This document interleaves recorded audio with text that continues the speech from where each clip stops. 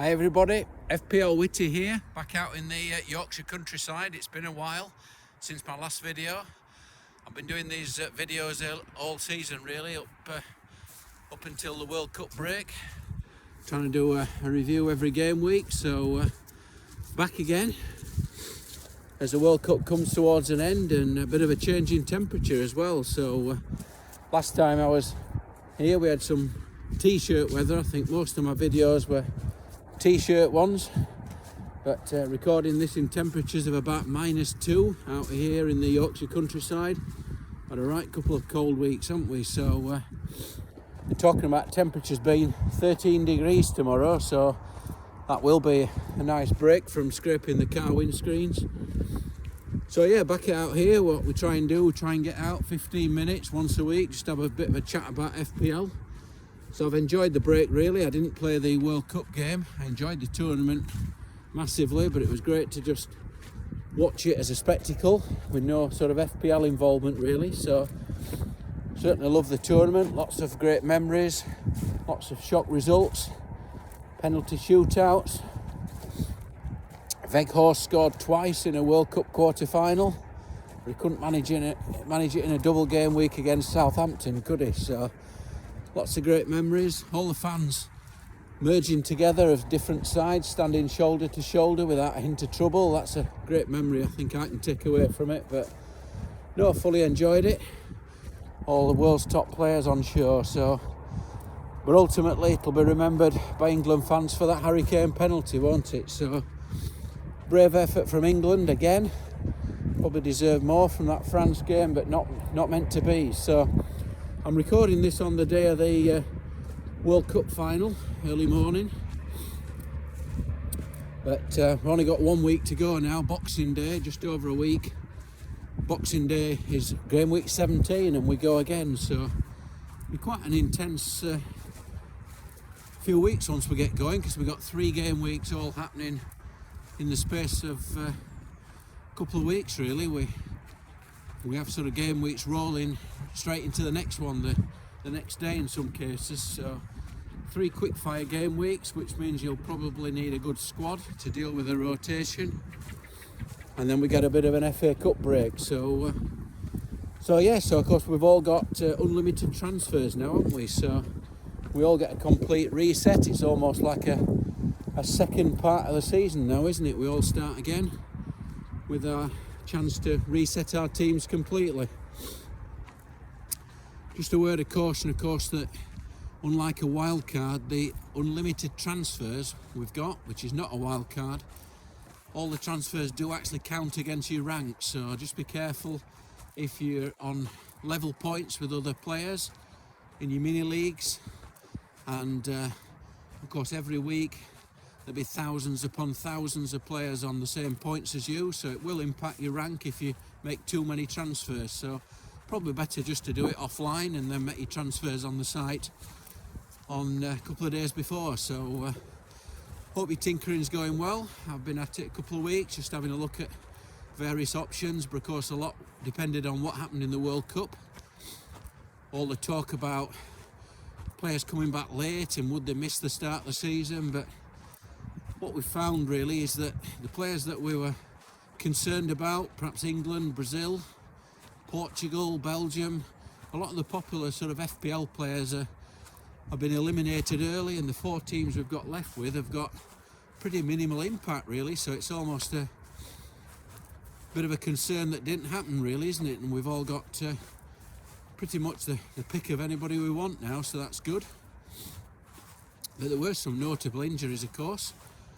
Jesus picked up an injury at the World Cup, so he could be out for anything up to 3 months, although that's not confirmed, but it's going to be a while. Big impact and a big blow for Arsenal, of course, but Jesus is over 52% owned, I think, latest check, so that will have a big impact. A lot of those will be potentially dormant teams though as well, won't they? But Richarlison, news breaking that he could be out for 6 weeks, just when he was showcasing his talents in the World Cup. But Spurs are going to be without Richarlison, probably good for Kulusevski. So So he's going to be a big miss. So if you're thinking about a Brazilian this weekend, so to speak, so there's two that's not at your disposal there. And outside that, Ronaldo's looks like he's cleared off, so that'll open up the way for perhaps Bruno Fernandes and Marcus Rashford, who potentially perform better without Ronaldo there. They probably look better bets now, don't they? And Man United have got some great fixtures to start the season. Probably one of the best 2 or 3 teams for fixtures. But a bit of a blow for Liverpool as well, because it seems that Luis Diaz has had a setback in his recovery, and Jota is going to be another month away, so that's created a lot of interest now in Darwin Núñez, hasn't it, with those two out the way. A lot of people thinking about whether they can go without Mo Salah and cover him with Darwin Núñez. So that's one to watch. So yes, a few injuries, but tinkering's underway. So I think looking at your squads, I think a lot of talk about freemiums now, aren't there? So many good value players about that you can probably get away now with getting 3 of the premiums. When I say premiums, I think the big 4 that stand out for me, of course, are Erling Haaland, Mo Salah, Harry Kane and De Bruyne. So I think it's pretty easy to get 3 of those in now without compromising your team too much. So it'll be a case of which ones you can go without. Although I think the majority of teams that I've seen amongst engaged managers are probably still edging towards 2 premiums, because potentially you can cover Darwin Núñez, can perhaps cover for Salah. You've got Kulusevski could cover for Kane. And of course all the focus will be on the double game weeks as well, won't they? So we've had 3 double game weeks announced. We've got Manchester City, potentially have got 2 double game weeks. So Chelsea, Fulham, that's a double game week in game week 19. We've got Manchester City, Tottenham, they get a double game week in game week 20, provided neither side have an FA Cup replay. And then Manchester City and Arsenal get another one in game week 23, but we'll probably have others as well. So I think with Manchester City having 2 double game weeks, there'll be a lot of interest in tripling up on Manchester City. And of course one drawback of having the freemium of Kane and Haaland and Salah is potentially you're not going to get a second Manchester City attacker, are you? So that's a bit of a spanner in the works, although you could of course switch from Salah in when we get the double game weeks, couldn't you? So yeah, lots of difficulties really for trying to fit a lot of very good players into teams at the moment. So seem to have had a lot of interest in Chelsea, because Chelsea have probably got the best fixtures to start the season. They've got the 3 promoted sides followed by Crystal Palace, but within that they've also got a double game week as well. So Kepa seems to be the template keeper of choice at the moment, but all eyes on whether he's fit. He's still flagged as I speak. It's certainly good value with all those fixtures and double game weeks. Will Reece James be fit? A lot of interest there, of course. Do you want to gamble on Mason Mount with a double game week? Hard to find too many nail players for Chelsea really, isn't it? But they've got a double game week. Manchester City, of course, they'll be popular with that treble. What impact will Jesus' injury have at Arsenal? Will that lessen the appeal of Martinelli and Saka? Maybe Martinelli gets moved up front. Nketiah has been playing up there, hasn't he?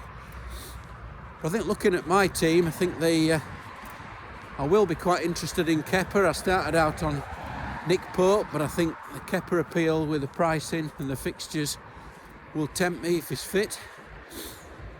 With the mercurial Danny Ward is a good bench option and rotation option as well. Kieran Trippier will be popular, of course. Cancelo, I can't see me going off those 2 at the back. But then you've got the likes of an Arsenal defender, great value, Manchester United defender. I'm toying between Reece James or Robertson in that sort of like third spot, but lots of options. I think the one I'm struggling with most is I've got Haaland. I'm deciding really between De Bruyne or Salah in midfield. That's the one I'm struggling with most. I started off with a team where I got Harry Kane alongside Haaland, and then I got Phil Foden. So I got like Kane and Foden, but now I'm thinking De Bruyne and Mitrovic, because of course the template forward line at the moment seems to be Erling Haaland, Darwin Núñez because of the way it's opened up for him, and Mitrovic with his double game week. But of course if he goes without those three, you can't have Harry Kane. So that's going to be a tough one to try and work out. But there's so much value in midfield as well. You've got the likes of Saka and Martinelli. You've got Almiron, who was on fire, wasn't he? You've got Marcus Rashford, interests me a lot. So I would quite like sort of three of those more budget strikers, budget mids, and then try and fit in De Bruyne or Salah. So I could start with Salah and move to De Bruyne in the double, or I could just go with De Bruyne to start with. So yeah, my tinkering's underway. I've still not finished yet, still a lot to be decided. But if you want to follow my team a bit more closely this season, I'll be doing these videos once a week. Quite whether I'll fit one in between every game week with the three coming back to back, we'll have to see. But you can follow me on FPL website Fantasy Football Geek. I write articles there once a week. My final draft team will be there for game week 17, and you can follow me on Twitter at FPL Witty. So yeah, we're straight into it. Game week 17 on Boxing Day. Be good to have some Premier League football back, won't it? So lots of decisions to be made, lots of different drafts around.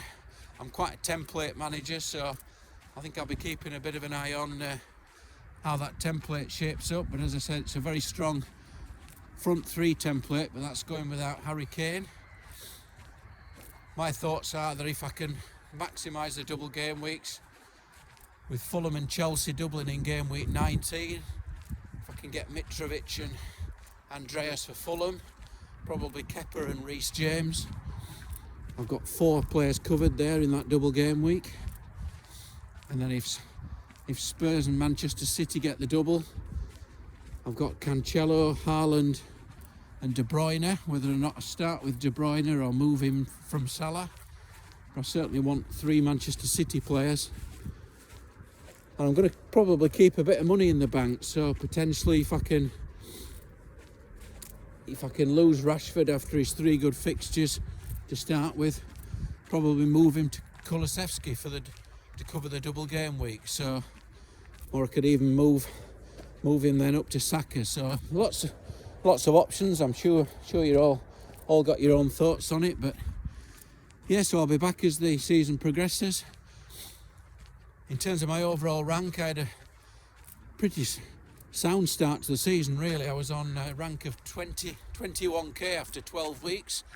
Everything looked easy. It was like shelling peas for a while, about 9 out of 10 green arrows. But of course this game kicks you in the teeth, doesn't it? I ended on 4 red arrows, scuttled into the World Cup break on a bit of a downer, but we're back. So my rank's about 193k now, so it's still standing up pretty well against a lot of engaged managers. So yeah, enjoy your break, enjoy your World Cup final rather, and enjoy your game week 17 when it arrives. So wish you well for the second half of the season. I'll be back again soon. Good luck, and as they say in Barnsley, I'll see it.